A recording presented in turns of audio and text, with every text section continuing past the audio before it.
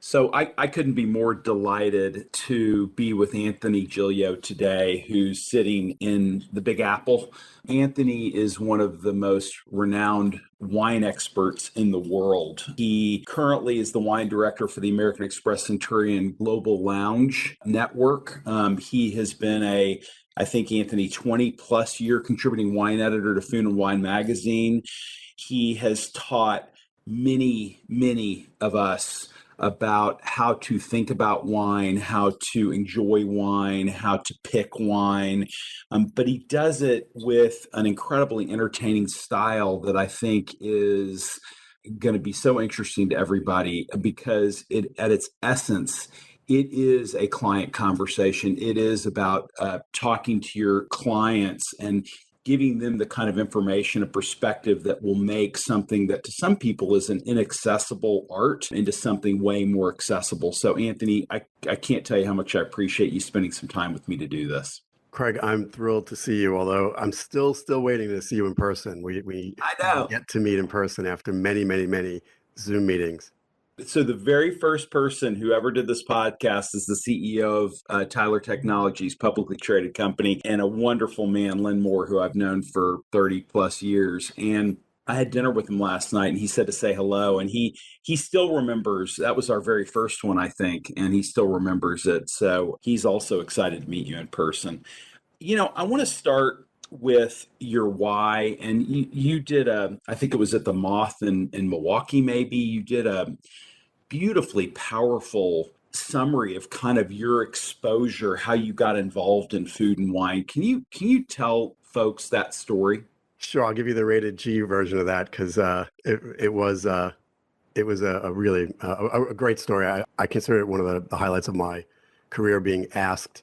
This was 10 years ago, actually, this January. So it's almost exactly 10 years at the end of this month that I was asked to speak at the Moth, which at least back then was a really big deal to be invited to speak because they have a hotline where you could, leave your message and tell the story you want to tell, and they'll call you back if they like it. But Gail Simmons, who is one of the judges from Top Chef and a great friend of mine and my wife's from Food and Wine magazine from the days when she used to work there, they did a Top Chef Moth, and on the way out the door, they said, "Oh, Gail, by the way, send us any storytellers that you love." And she said, "Oh, there's one that you need to call, and you should call Anthony Giglio." And they called me, and we had a phone interview. And I told a series of really funny joke stories that were sort of like my dinner party go-tos. And the producer, Meg Bowles, who's still there, she's like the number 2 at the Moth, I think, been there forever as a recruiter, but then now she's one of the directors. And she said, "Anthony, this is really funny what you're telling us, but I want to remind you that the Moth is not about a comedy show. It's about stories that can make you certainly laugh, but maybe more than that, maybe cry and laugh again. Like the greatest stories have that kind of an arc." What stood out in the stories to her was that my dad was a thread through them, and I didn't see it. And she said, "I did a little homework on you, and and what I've learned from Gail and blah blah blah. I'm going to take a guess at where this comes from, and you could tell me to go fly a kite, or you could answer the phone tomorrow when I call back. I want to give you 24 hours to think about what I'm about to say." And I just stood like, what is she going to say? And she said, "Your dad is a comic in all of these stories, but if I had to play crack psychologist, I would say you're not very much like your dad, or at least you weren't growing up, and that wasn't easy. And I think that that's the interesting story that you should tell, and how you came out of that household to where you are today." And my hair stood on my head. Like I felt my whole body tingle, and I thought I could never tell that story. And I said to her, "Thank you very much. I'll think about it." And she said, "If you pick up the phone tomorrow, let's continue the conversation. If not, have a great life. You're going to be fine." And it was a really funny thing. And I didn't tell my wife. I didn't say anything. I just sat on it. And the next day, I picked up the phone and I started to tell her, and immediately was in tears. It was therapy. And she said, "Think about how we could, what the structure of this be. You're a journalist, so I know that you have a way to write this, that you want it to be said, and then we have to memorize it. And I'm going to tell you what we should keep and what we shouldn't keep."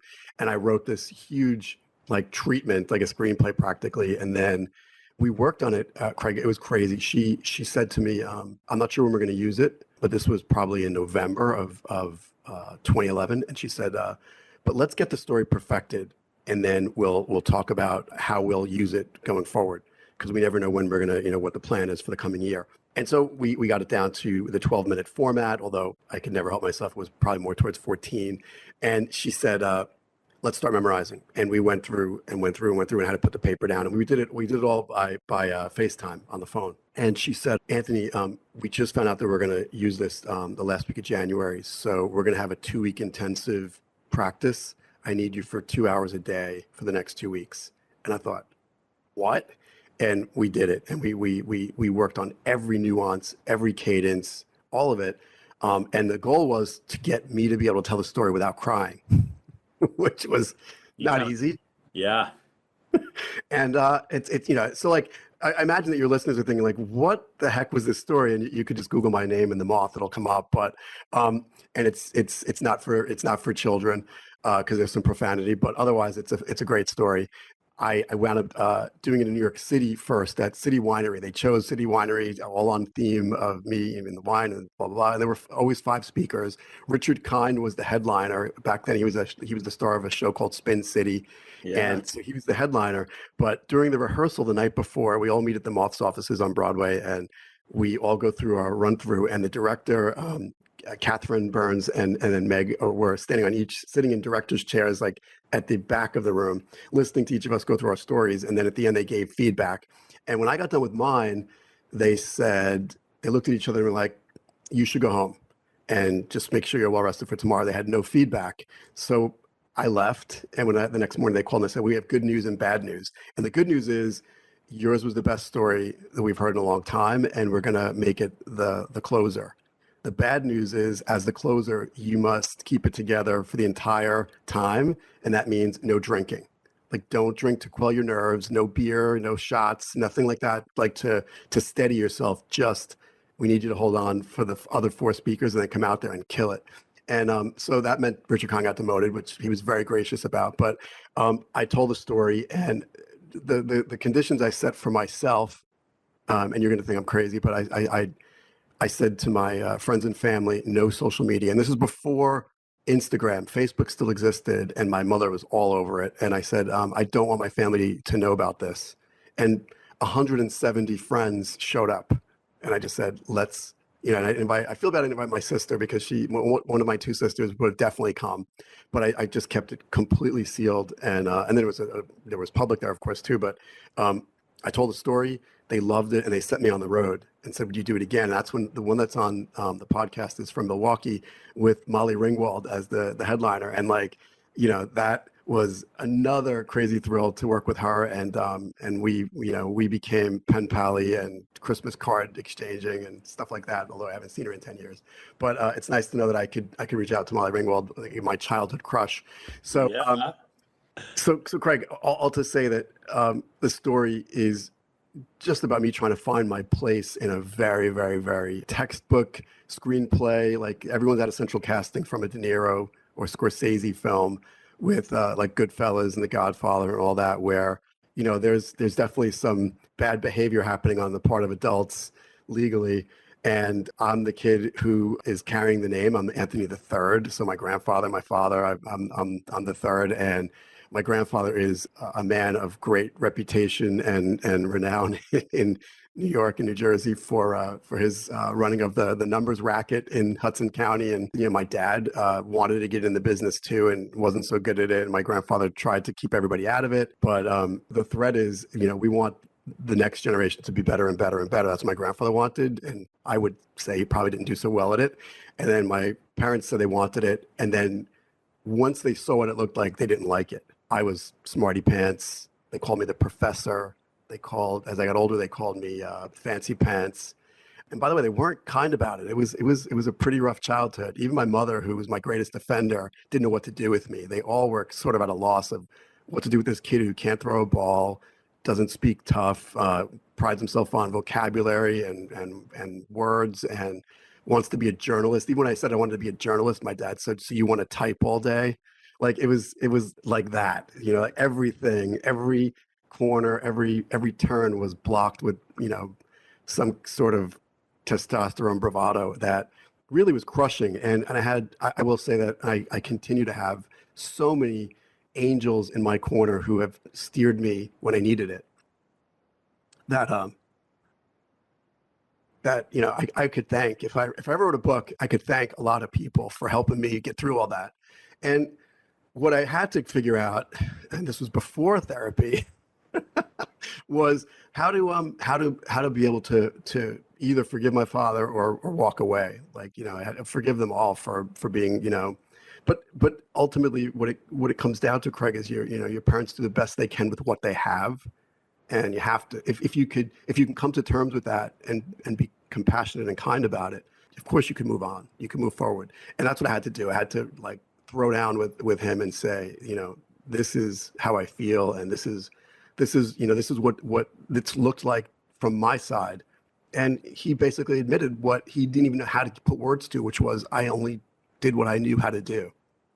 And we famously got on and moved forward. And then I had my son, Marco, and this will blow the end of the moth, but my son, after my daughter, my son, Marco, when we were the generation of parents who didn't want to know. And this was before everybody had these ridiculous reveal parties with fireworks that backfire and all that other crazy stuff that happens today. But this was 17 years ago when you had the option to find out the gender. And we said, absolutely not. We didn't know it with Sophia, and we didn't want to know it with Marco. And the technician blurted out, oh my goodness, that's quite a, she made some funny joke about my son. And then we like, wait, what? And once we found out, it started this whole cascade in my mind of, oh my God, I'm going to have a son. I have to be a better father to him than my father was to me. And then I also have to tell my dad that we're not going to name him Anthony the Fourth, because this ridiculous, blue collar dynasty I joke about, that, I can't get on a plane with my dad. We can't vote in the same precinct. Like the Roman numerals screw up everything on our names. So he was not happy about that, but that's probably the only disappointment of my adult life where, he voiced it, and I said, that's fine. You're allowed to be upset that I'm not naming him the fourth, but there's no going back here. He's Marco Anthony, and we're done. All to say, Craig, and I'm talking too much. I always do. I'm sorry. That, I found my way through a lot of that with my grandmother, and she lived upstairs. We were a very classic, blue collar Italian family. The whole neighborhood was working class. And my grandmother, who, would go to the sewing factory every day, would, come home and cook with me. She'd always enlist me to keep me upstairs away from my angry dad, who would come home always mad after work and, try and make me go play, catch with him in the driveway and, humiliate me because I couldn't throw. I wasn't athletic at all. And he was a great athlete. And she would have me rolling dough and, making pasta, and we'd whip up frittatas and lasagna, and we baked and cooked, and it drove everyone crazy because boys shouldn't do this. And, and like, that's, you think about it today, how, well, think about it. Classically, the greatest chefs in the world in a very sexist business for hundreds of years were men, but yet at home, the women did the cooking, right? It's always been a paradox. And then, and before, I always say before Multimario and Emeril Lagasse on the Food Network, there was no models on TV. It was Julia Child and maybe the Galloping Gourmet, if anybody was watching him in the 70s, yeah. But like, men weren't cooking. And if they were cooking, it was, whatever. But like in Italian American families, that was not what was happening. And I know that I believe in my gut that I would be a professional chef, had I been encouraged. But I kind of went into hiding, and when, became a writer. And, because of my family's tradition of storytelling, and my dad is a famously charming jokester, and he walks into a room and everybody listens to that man. He commands the room. He owns the room, and he's really funny and really charming, and he's just turned 83 and he's still at it. I started to write for a living, and I got great advice from my second editor at my job right after college. I was writing for a commercial real estate finance magazine, which sounds as horrible as it was. But my editor, Dora Hatteras, who I owe my career to, I like to say, she said one day, "Why aren't you writing about wine?" And I said, because I'm not a 75-year-old retired British lawyer. Like, like I read Decanter, I read Wine Spectator, and these are old British men who are most of the editors are old retired lawyers. Like it just seemed like such a, town and country kind of career move. And she said, right, which is why I think we need a 22-year-old to take it all down and speak in your voice. And I thought she was crazy. But I took her advice, and it sat there in the back. And I was reading a magazine called Details magazine. It was a men's magazine back in the 90s, and it was 1992, and it said Careers 92, become a sommelier, meet chicks. And I thought, that's sort of what Dora recommended. And so I called, and when I love to tell the story to journalism students today, I'll be like, I had to call information. There was no internet yet. I called information, found the Sommelier Society that he went to, the guy who wrote the piece, and I asked. They called me back and said we have 2 seats left, and the classes start next Tuesday at noon. And I said noon, and she said they're for restaurant professionals, people who work at night. So I went to Dora and I said, remember that idea you had about me becoming a wine writer? Well, and I told her the story, and she said, Anthony, I might be able to back you, but the biggest roadblock is your big fat mouth. And I said, what does that mean? And she said, if I cover you, you can't tell anyone, because not only will you get fired, but I will get fired if I let you leave the office, because no one's going to give us permission for this. But she's in charge of me. And she said, if I let you leave every Tuesday at 11:30 to get uptown to go to this school, and you make it up, you promise to make it up in lunches, you never leave for lunch again the rest of the week, so we make up those 4 hours, I'll cover you, but you have to leave a jacket on the chair. We'll shuffle boards. This was back before desktop publishing. So, I'd love to say to anybody who uses a computer today, cut and paste literally meant cutting with an X-Acto knife, copy on a board that was glued with soft glue that you could still move around, and you'd cut lines out and paste them elsewhere or paste them off to the side to edit. So she would say, I'll leave boards on your desk. And she would tell everyone, oh, Anthony ran off to the typesetter, Anthony's off to do an interview, Anthony's here, Anthony's there. And she covered me for a year. And I got my diploma in service from the Sommelier Society. And she then walked into my office and said, I mean, I still can't believe I'm helping you here, but did you see this ad in the New York Times? And it said, Metropolitan Area Wine Magazine seeks managing editor. And in the hierarchy of magazines, managing editor is number 2. And here I am, a 22-year-old editorial assistant. And I'm like, even if I did see it, I would have ignored it, because that's way above my pay grade. And she said, call it now in front of me. So I called, and this editor, who's quite well known in the wine world, Bill Tisherman, W.R. Tish, he goes by Tish, and he answered the phone and gave me the interview. And then I went up to visit, and he said, so here's the deal. We're a very small magazine. We're called Wine Enthusiast. We're brand new. We're still stapled. This was back in 92. They were still stapled back then.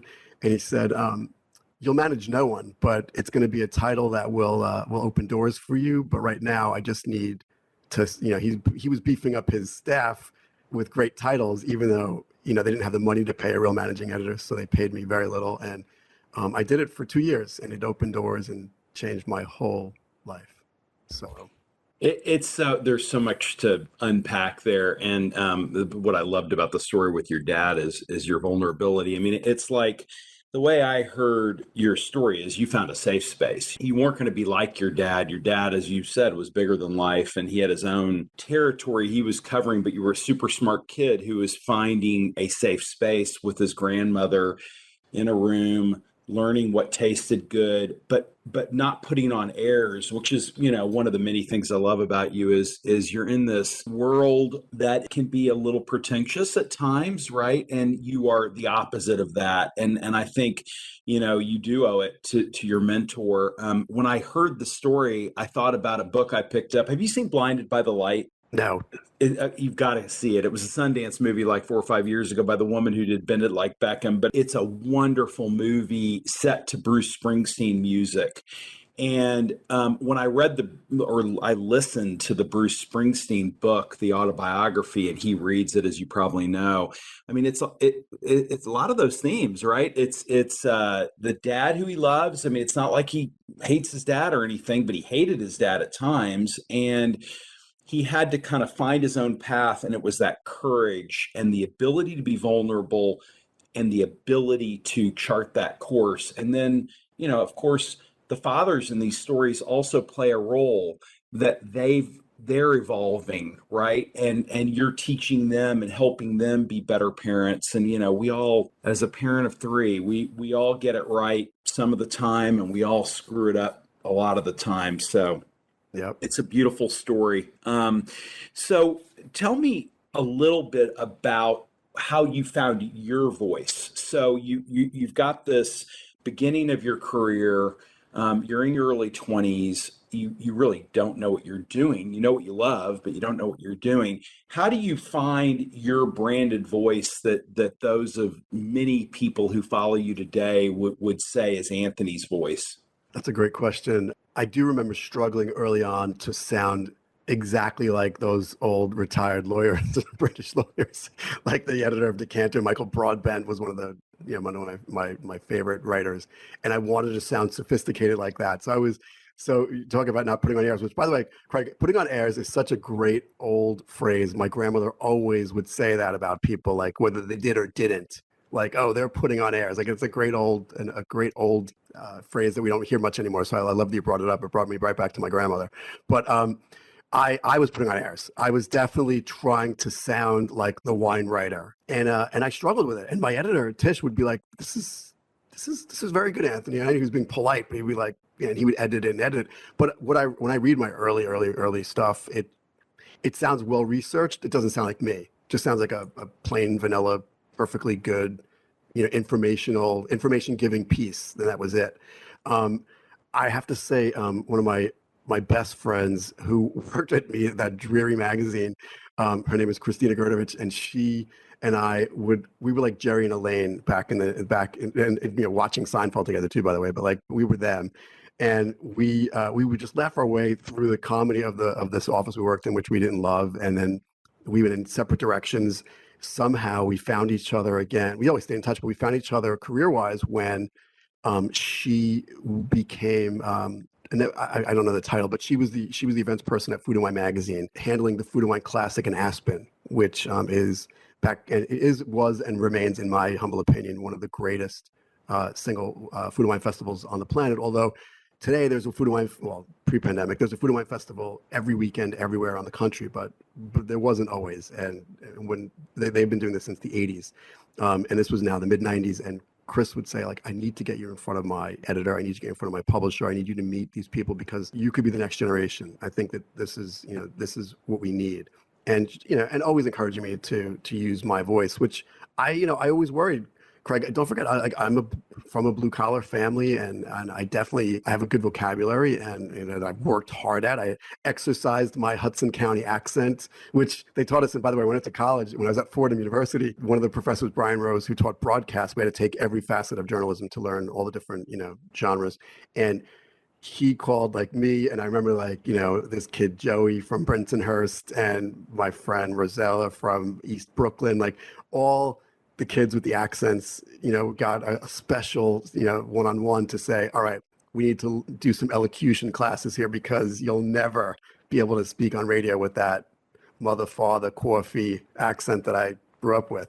And it was really funny. So I even speak better than my family, which is why they all call me Fancy Pants, but when I get into it at home, like I revert back to the blunt, dull R that we don't, there's no R in our alphabet. It's car, park, mother, father, coffee, talk, water. So back to finding my voice. I was worried that I can't speak plainly and be myself because it might look a little too unsophisticated. And it was finding the balance. And I got my big break when, and there's so many different threads here I'm pushing together into a succinct story, but I had been a wine pourer at Kevin Zraeli's Windows on the World wine class at the top of the Twin Towers. And that was another part of my education. After I finished the Sommelier Society, I wanted to work for Kevin Zraeli, the most famous wine teacher in the country. He's still at it 50 years later. And I went to work for him, and he wound up hiring me to stay on at the private wine school. And I worked there until the night before they bombed the Twin Towers in 1993. So I closed that night, and then we all lost our jobs because the school suffered the worst because the restaurants on the top, because the smoke went straight up through the core and then destroyed the $10 million wine cellar upstairs that we were in charge of keeping up with every night, every day. But to say Wow. that Kevin Zraeli was supposed to speak at the Food and Wine Classic, I was invited as press, and he had to cancel for a family emergency, and they asked me on the spot, can you step in for him? And I was, I mean, terrified, terrified. And I got up in front of 150 people in a tent and got my. It was like that like it's like the mic check where you need to hear your voice come back at you, and then you start going. And sitting in the audience was Letty Teague, who's the wine critic from the Wall Street Journal today, but she was the wine editor at Food and Wine back then. So this was basically a live audition in front of everyone, not just her. And it would be her decision whether I get asked back or not. And apparently I did well enough to where they invited me to my 25th classic last year. So I've been doing it ever since. But that's where I started to get more and more and more plain spoken and familiar. And for a time, my friends would joke like, "Why don't you call yourself the blue collar sommelier?" And I thought that might sound like I'm being, what's the word? Patronizing, and I would never want us to be that, but it is sort of an underlying thread that I'm the unsommelier. I mean, if you want to picture, the guy with the tuxedo and the skeleton key and the Tastavan hanging around his neck, I am the complete opposite.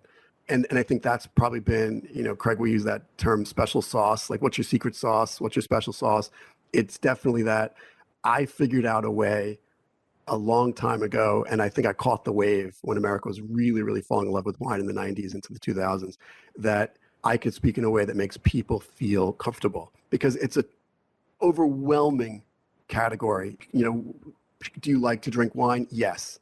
And then people think there's a right answer to give me. Nobody wants to be unsophisticated. Nobody wants to say, and I'll always joke like, listen, just understand that everything's fine as long as you don't drink White Zinfandel. We're okay. And that's just a sort of like a punchline that works. People laugh. Some people say, but I do love White Zinfandel. I'm like, I can get you off.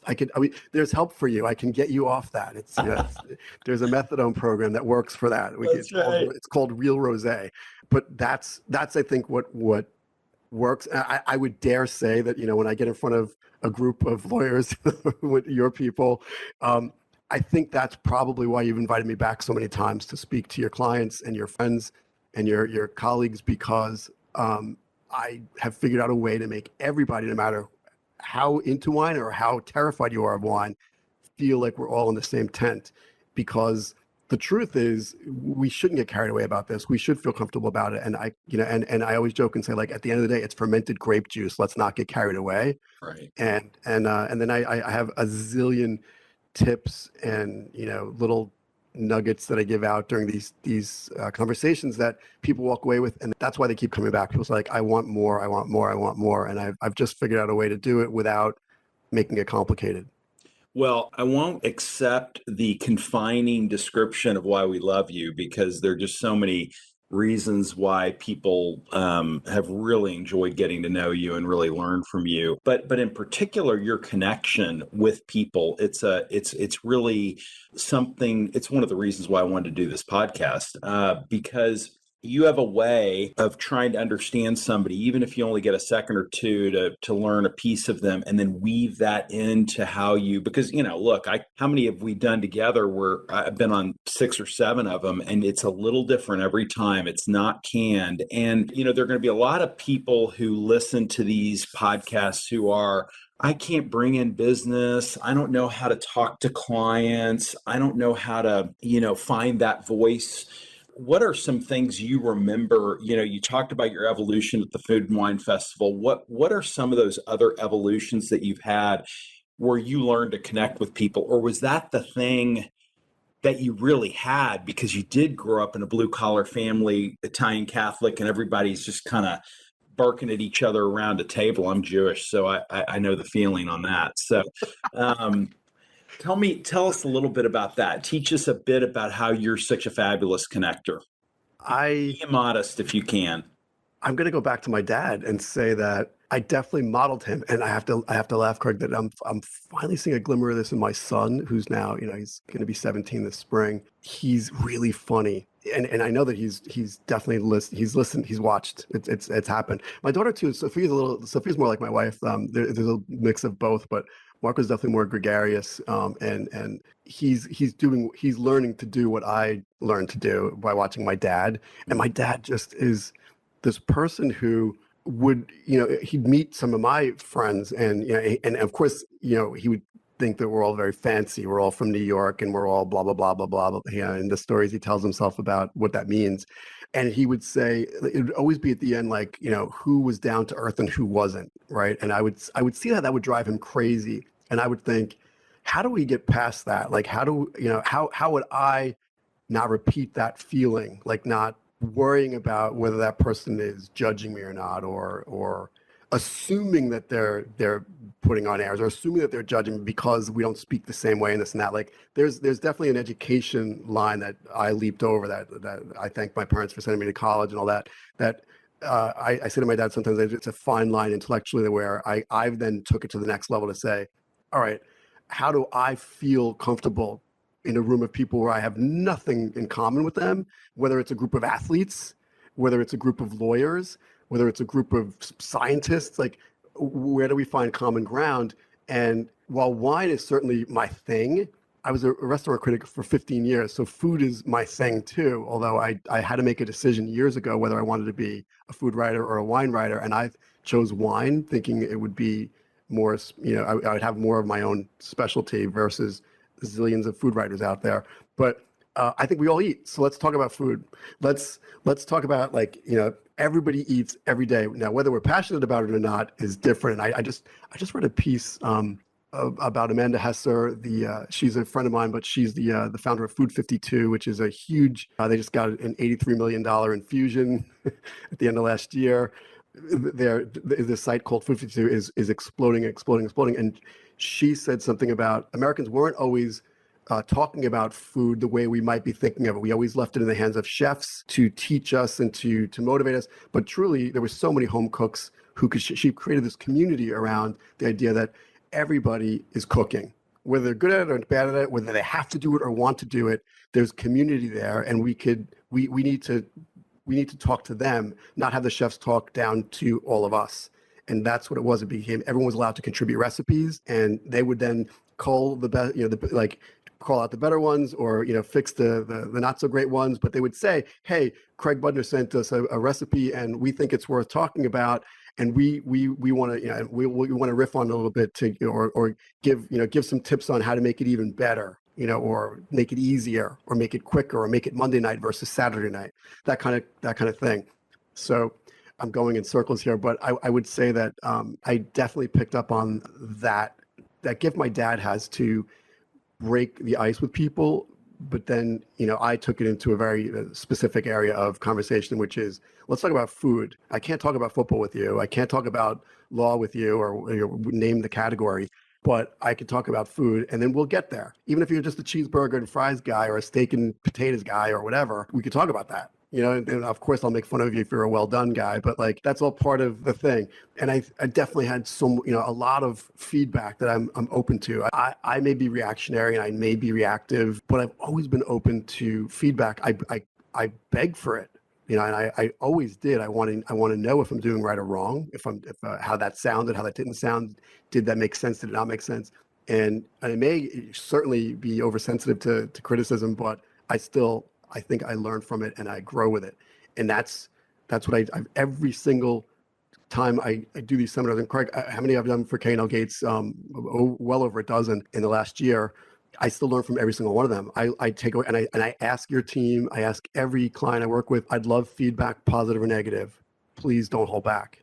And it's not so that you pour on we loved you, we loved you, we loved you. I also, and Melissa Langley, who is my handler at K&L Gates and a dear friend, she will say to me, like, beforehand, like, here's who's going to be on, here's what you need to know. And I love that kind of intel beforehand. And maybe you want to mention this, or maybe you want to go here or there. And I'll say that kind of information is always great for me. But all of these are organic. I will I talk to the screen. Like for those of us who are all now attuned to, WebEx and Zoom and all that, there's the chat function. I will say to anybody I'm going to work with, just know that I will not be reading the chat. I cannot break momentum. I'm looking at all of your faces in the screen. I want to be able to see everybody. I prefer intimate, virtual tastings where there's 25 people or less on a screen so we could all see each other. And I call on people. Craig, you're nodding at me right now, and I will call you out for that. I'm like, Yeah. so Craig, you seem to agree with me. Tell me, what are you thinking? And the fact that you say something will encourage other people to then reply. And I just keep calling on people and calling on people. Well, it's interesting. It's why I love the Seminole story, right? The back to the moth story that we started with, because essentially you are tipping your hat to your father, who in that ultimate moment of, getting feedback, he could have been like, screw you, Anthony, you're dead to me, which I'm sure many people have done in these families. And he didn't. He may not have liked what he heard, but he listened to it. And I think this concept of listening and this concept of meeting people where they are to learn information helps people approach these conversations in a way that make them productive. I mean, you can't figure out how you're going to solve somebody's problem if you don't know what they eat, right? Because your whole guidepost is pairing something delicious with something else that's delicious. And so if you don't, I mean, they can put on airs and tell you they're fish people, but if they're hamburger people, you need to know Yeah. that. So, no, it's great. That also brings up, Craig, is one of the things I want to say is that I'm the guy who will say there is no such thing as a perfect pairing, and that Yeah. really resonates because I say, like, let's, I'll go back to this this story, and I've told it to you 17 times now. That as the online sommelier, and it was an old concept. It's 20 years old now, but American Express Platinum, when American Express used to own Food and Wine magazine, they had to sell off all of their publishing after the 2008 banking crisis, and they had to declare whether they were a bank or a publishing house. They couldn't be both. Platinum asked me to be their online sommelier that people could write to. And it goes through this, it's a generic email address that then goes through a server and gets forwarded to me. And in small print, it's through like some platinum card newsletter from Food and Wine that people get, called a connoisseur club newsletter or something like that. It's really funny because it's so old and old fashioned the way it's still done, but I still get emails. But it says Anthony will answer within 48 hours. But one of the greatest, funniest ones of two that I always tell is a woman who wrote to me thinking as if and this is before texting, before instant access that we have today. She wrote to me an email literally while she's grilling, and she writes, Anthony, oh my God, we just put the steaks on the grill and realized that all we have is Chardonnay. Now what? And I thought that was so perfect for like this idea that, oh my God, you can't have white wine with beef. Like that's just the worst idea on the planet. And now dinner is ruined. And I caught it. I caught the email. It came right in. And, some people have to wait 48 hours, but I wrote back and said, hopefully the steaks are resting by now, which is but I'm bummed to hopefully not overcooking it. But you will find yourself with two choices, and they are the following. You are having steak with water or steak with Chardonnay. I would opt for option 2 and see how it goes, because the other one sounds really dreary. And if you need to sleep better with this justification, here it is. When you have steak frite at a great French restaurant, you will find that the steak comes out covered in a beautiful medallion of herbed butter, dripping down the plate. I go, you have the butter in the glass. It's going to be fine. The steak with a buttery Chardonnay is going to be perfectly fine. And she wrote me back like a love letter the next day to say how great it was. And that's just to say to everybody, like, food and wine pairing begins with what you have available. You don't need to go out and buy a Chateauneuf de Pape because you're having, Franks and beans, which, by the way, would be a great pairing, because beans, I'll take it to cassoulet, right? Like cassoulet and Chateauneuf de Pape is one of the greatest wine pairings on the planet. But guess what? We could do it with a can of pork and beans and be just as happy. It's all about letting go of the idea that there are these perfect pairings. I could tell you what are some great pairings, but that's just great. That's aspirational. That's for next Saturday when you've had time to shop. But for Monday to Friday, why not just play roulette and see what you have, and people, it resonates with people, and Yeah. that really helps. Well, you pointed out over and over again, we all have different taste buds. So that's a variable that nobody can get behind, right? So some things taste different to different people. There's one thing I used to, speaking of fathers, my dad, who was a lovely human being, would get a glass of red wine and he would put an ice cube in it. And I always thought, well, that's stupid. And it might be right because you're changing the consistency of the wine. But I remember my favorite story of yours is when you went into a Michelin, I don't remember how many stars, but a restaurant that was very high end in New York. And the temperature of the red wine was really critical to you. Can you talk a little bit about that? That, those who aren't going to be fortunate enough to be at one of your classes or travel with you. I think that's a really interesting takeaway is the temperature of the red wine. I use the word little. Speak a little bit. It's impossible. I will try though. It was. This was still when I was a restaurant critic, and so I was recognized at this very fancy restaurant. It was Circo, which was Le Cirque's Italian restaurant up on East 53rd Street, and West 53rd. And they sent over the wine list and said, "Mr. Giglio, whatever you'd like." And I thought that's terrifying because whatever you'd like could be something obscene. It's obscenely priced.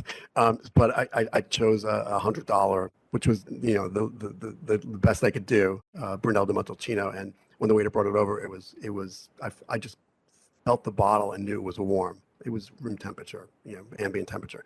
And I tasted it and I said to the sommelier, "I'm sorry, do you not chill this wine?" And he looked at me like, "What's your problem?"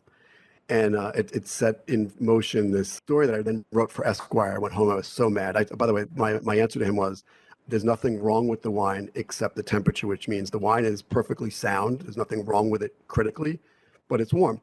So why don't you bring an ice bucket and some water and make sure that we have a nice bath to drop that into. It'll be ready in 5 minutes. Thank you so much. And when I tell that story and I tell the truth, I say, I have no doubt that sommelier and I swapped spit with every course I was served that night because he was so mad at me. But I have no regrets. And then I went home and I wrote to my editor, AJ Jacobs at Esquire, and I said, I have a service piece, which is we use that in the industry to say like helpful little articles. I said I have a service piece. It's a little dorky, but I want to talk about the deplorable temperature of red wine at the best restaurants in New York City and how we're all being shafted by lazy sommeliers. And it takes one to know one. And that was the angle. And I asked, I said, and he's like, what does that look like? I said, we'll go to the 10 best restaurants according to Zagat. So the people's favorites, the Zagat guide back then. And this was back in 2001. I said 10 of the best restaurants. Many of them will be the fancy French places, of course. But I want your credit card, a digital thermometer, a driver, and I'll bring a wingman. And I'm going to run around and taste all these places in one night. And we'll get 2 glasses of red wine at each bar just to make the point. 2 different glasses, 2 different bottles, 2 different everything to see what it's like. There's a dozen restaurants. I went going to 13 because I passed another famous one called Le Grenouille on the way to Le Bernardin. And it was all those old guard, fancy French places. And poor Le Grenouille was the worst one of them all. It was an 88 degree Merlot. And so like if we were having this from the top, sommeliers are taught that you serve wine between 55 degrees for the lightest, high acid, low tannin reds like Pinot Noir, and then all the way up to the big Cabernets and Barolos and Bordeaux, etc. 65 is the maximum. So nobody's house besides my late grandmother is 65 degrees unless you keep the thermostat with a lock on it like she did. We weren't allowed to have any. We had to wear layers in my own house. But there's no such thing as room temperatures means nothing. If you're in Texas and I'm in New Hampshire and you're in Arizona and I'm in Florida, what's room temperature mean anyway? I think it's a silly phrase that got repeated and repeated and repeated to the point where everyone thinks it's fact. And so the article comes out and it says, this is the deplorable state of wine by the New York's greatest restaurant professionals, and it was an earthquake, and it this was before social media was there was no Facebook yet, nothing. It would have gone berserko had it, but I got a lot of great hate email, and New York Magazine liked it so much they asked me to do it again in 5 years. And all to say that it comes down to this: you like to, your dad liked to put ice in his wine, so does my sister. I would say all it takes is 5 minutes in an ice bucket, and ice and water is an ice bucket. Ice without water is useless unless you're displaying raw bar or shell, like oysters. Dunk it in for 5 minutes, and you have you'll correct any wine anytime. But my go-to that people seem to love, Craig, is frozen grapes. Just keep a Ziploc bag of grapes in your freezer, and anytime the wine gets too warm and you don't feel like making an ice bucket, throw a frozen grape in there. It will do the trick in seconds. What a great tip. I love that, the frozen grape tip. And I do. I happen to like red wines colder. Of course, I'm like your grandmother. I keep my house very cold as well. So it all works out for me. But before I want to stay on wine for a minute, and then I'm going to ask you a few final questions that'll be, and you and I haven't prepped for these, so you'll have to put your thinking cap on. But I love what you tell people. You're in a liquor store. You want to have some people over for dinner. You don't want to spend a fortune on wine. What section of the wine store or liquor store do you recommend heading to for some nice wines that may be underappreciated by the people who put price tags on wine? You're goading me down the Spanish wine aisle, which is what I tell everyone. I've been saying this for 30 years that no country on the planet is more underrated than Spain. And I could certainly find bargains in every wine shop in every region in every country on the planet. But Spain remains completely hiding in plain sight because it's pretty new to the wine world, even though Spain has been making wine as long as everybody else in Europe. But they literally crawled out of the post-Franco era into the 21st century slowly. And the wines that are available in our shops, especially here in the Northeast where I live, the bargain bins are always the Spanish bottles. And if we start, and this is going to take a quick recap to say, Craig, as Americans, we speak grapes. We talk Chardonnay, Cabernet, Merlot, Pinot Noir. The dividing line for us, the big point of confusion for us is that in Europe, where all wine comes from, originated, and specifically most of the grapes we speak in American English are French grapes, Chardonnay, Cabernet, Merlot, Pinot Noir, you name it. When we look at the European wine aisle, most of the wines from France, Italy, Spain have addresses, and we know the famous addresses: Champagne, Bordeaux, Barolo, Barbaresco, Chianti, all addresses. Take that and ask how many Americans, how comfortable they are speaking French wine, let alone Italian, which we seem to love unconditionally. But Spain, we know nothing. We know nothing about Spain. We don't know the grapes. There are no comfortable grapes to know in Spain that we might be familiar with. There's I could name three maybe that we might cross over. Like even Garnacha, which is one of my favorite grapes from Spain. If you happen to know Grenache from France, right? That's a whole other conversation. That's the only way I could say there's some familiarity there. But the point being, if you were to go without the help of a retailer into the Spanish wine aisle and look at the Spanish wines, I guarantee you, if you grab $10 Spanish wines, 8, 9, 10, 11, 12, you will be delighted with the quality you're getting, because those wines should be $5 to $10 more than they're priced, if not just straight out double. And for you, I've poured one of my favorites of the last year, which is a grape called Mencia from Raul Perez. I'm looking at the bottle off to my side here. I have a bunch of them. Raul Perez. The label says nothing. It's the most ridiculous label on the planet. You would walk past it because you can't make sense of it, and you have to turn it around and read the fine print. And I'm like, and this is a $25 bottle of red wine. So, with my K&L credit card, I go a little crazy. I spend much more on Spain than I normally would. My point is that $25 bottle, if it had a better address, Bordeaux, Brunello, Barolo, etc., better Italian or French addresses, that wine would be $50. I have no doubt in my mind. But because it's from, unknown Spain, take it back $10 to $10, and I'd say you find great wines. Let's say you have a retailer, though. Craig, here's what I say that people are always bashful to do this. And I say, do it in the restaurant and do it in a retail situation. Name your price. Listen, I want to spend $10, $12 or $15, and let's keep it under 20. And I'm having a bunch of people over, so I definitely need a good, a mixed case or whatever, because I want to have a little bit of everything on hand. But name your price and say, and also throw out this, say, hey, this crazy wine guy I've heard say Spain has great values. What can you show me? And I'm telling you that you'll be blown away by what you can grab at that price. And I'll finish it by saying, I would say, completely ready for the fight. There are great Spanish. There were no great $10 wines from California, Italy, or France. Spain, Portugal, 100%, because they're complete unknowns. Portugal's coming up too, slowly, but you can't. I would never recommend a $10, $12 bottle from the U.S. or from France or Italy. It's just not possible. Yeah, it's great advice, and I've taken that advice, and I've got to say, I've deployed it to great success. So it's the Spanish wines are fantastic. We are all connecting with people. I mean, we're ready for this whole COVID thing to be over for sure, and I'm ready to book my spot with my wife on one of your Sicilian wine tours. Yes, please. But in the interim, we're connecting this way, and you're fantastic at it. And I know you kind of stumbled into it, right? You do these in person. You like being in person. You're like I am.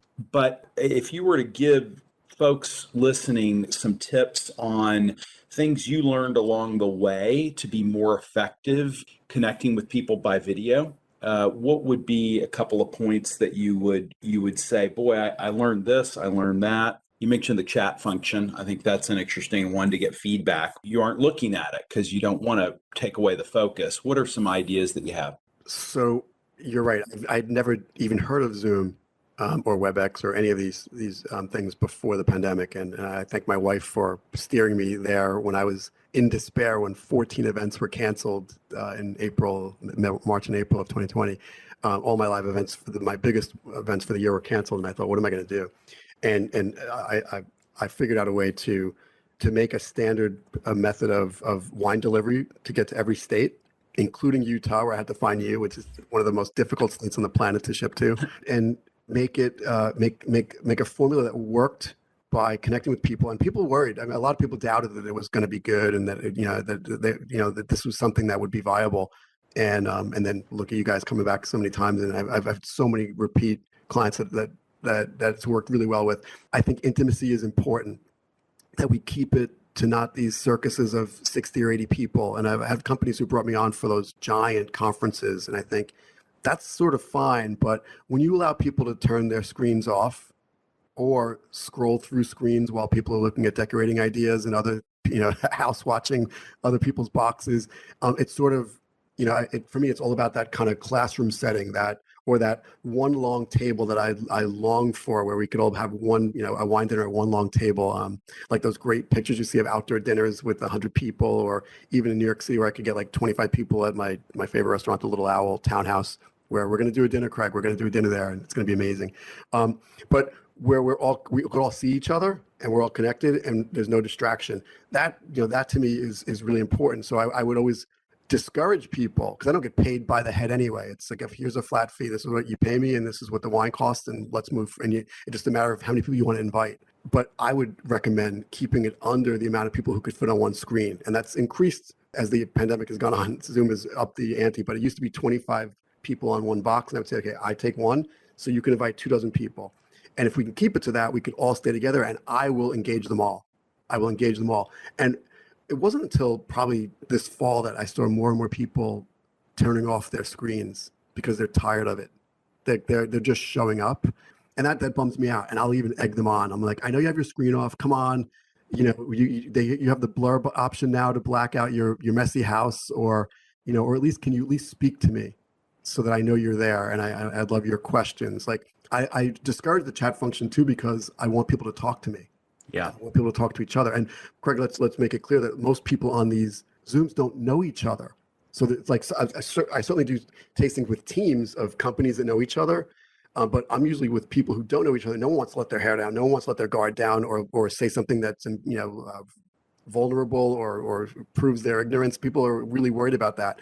I'm the one who eggs them on with my family stories, my blue collar background, and then to say, like, and also to say, like, let's dumb it down. There is no perfect pairing. Certainly we could have foie gras and sauterne with Craig's credit card. That's going to be easy.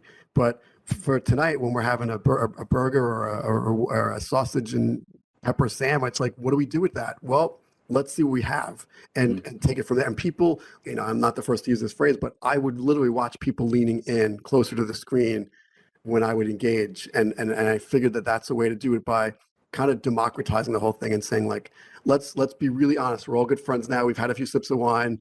Let's really let it go here. How many people here like this, or how many people don't like this, or tell me why you don't. Is anyone going to be brave enough? Craig, why are you grimacing at that wine when you taste it? Tell me what you're thinking. And that seems to be a formula that's worked for me. I prime the pump, by the way, for whoever the client is who's trying to reach their clients, right? And I say, okay, I'm going to go after 75 minutes, but I would highly encourage you to stay on and Yeah. engage with your people after and see where it goes. Craig, I remember You're one of the drunk first already. I remember one of the first tastings I did for your team. The group stayed on for almost 3 hours after.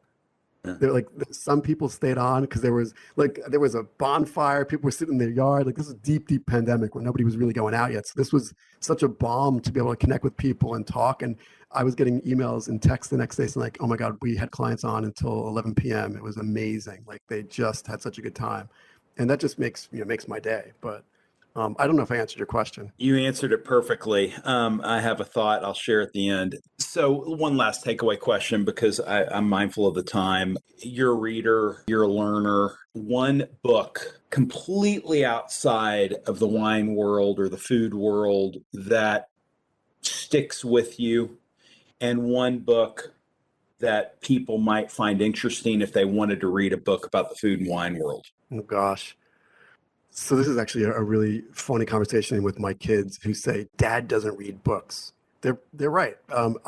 Craig, I sit down and I fall asleep with every book I try to read, but I read the New Yorker from cover to cover. So, and that's and what's funny is I said to my wife last week. My wife was reading a piece in like a 2 week from an issue 2 weeks ago on Alison Roman, the food writer, and she thought that it would be interesting because my wife works in food and wine, so she understands who she is in this food world.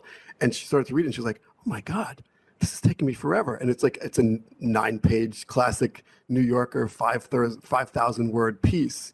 And I said to my kids, I'm like, "You understand that I am reading basically mini novellas, Yeah. times 5 every time I read the New Yorker. That's my leisure when I read the New Yorker." So I said to my wife, I'm like, "Right, Daddy doesn't read books, but Dad reads 5,000 word articles in a sitting, but I don't get credit for being a book reader." So I'm going to say that I don't food books for sure.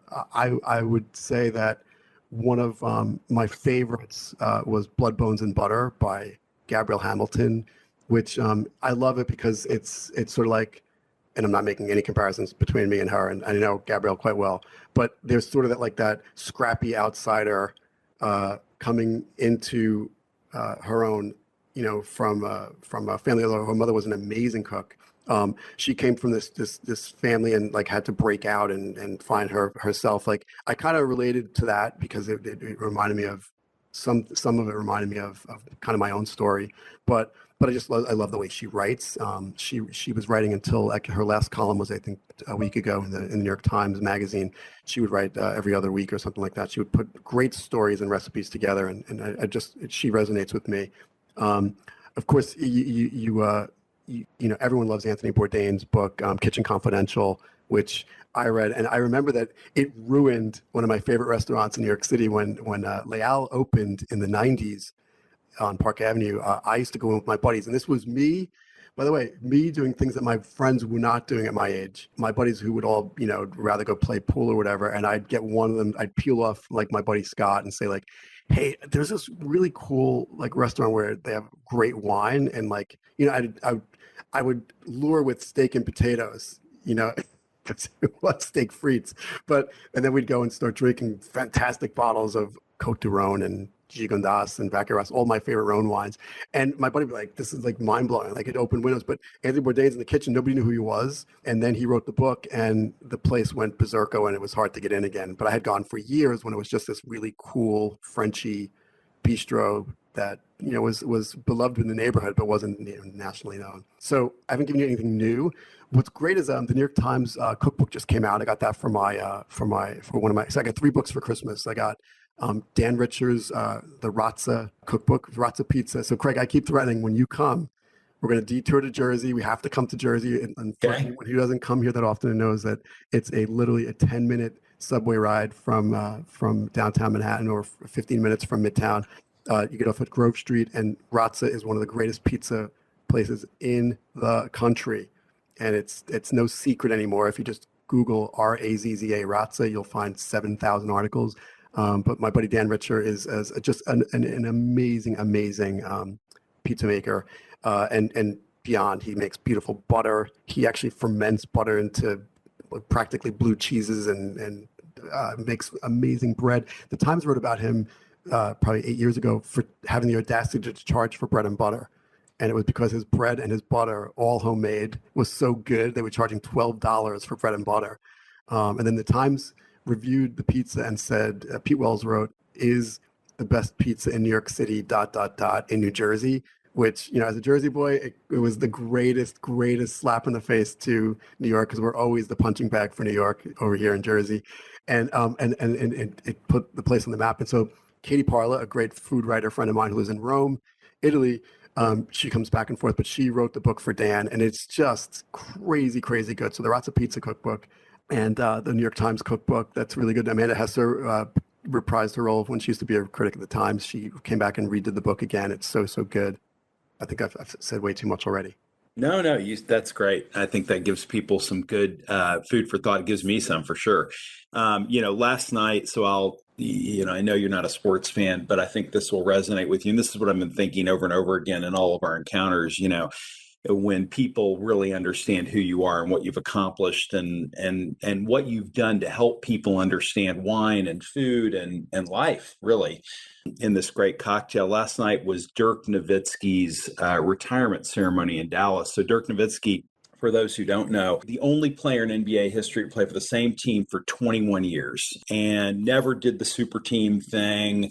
Wanted to win the championship, which he ultimately did without doing the super team thing. And he gave like a 45-minute acceptance speech when they put his jersey up in the rafters. And I had tears going down my eyes because he's so humble. And the way you talk about your experiences, my mom always used to say, my mom was beautifully humble and was a great civic leader. And she would say she hated speaking, hated public speaking. And she would say the Mark Twain quote, if you see a turtle on a fence post, she had a lot of help getting there. And I hear that come out in Dirk Nowitzki last night. I always hear it coming from you. I heard it in my mom. My mom has this collection, which my mom passed away, but this collection of little turtles people gave her over the years. And I love that. You're just such a gift to all of us. For those of us who've gotten to know you, you could be one of those people who says, I'm going to engage you for a few minutes and then off with you. I'm going to teach you, listen to me, listen carefully. I'm going to teach you.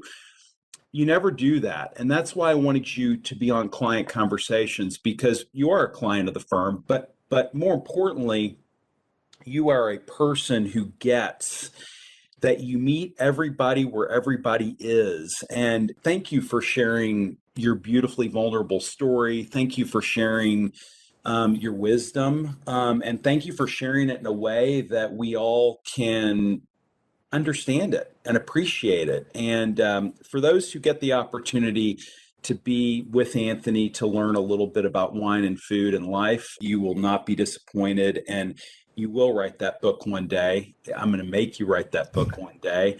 And thank you for doing this. I really appreciate it. Craig, your kind words are beyond. Thank you so much. It's been an honor and a privilege to be here. Thank you. Absolutely. Thank you so much. Thank you, Craig. And Happy New Year. Happy New Year again. You too, Anthony.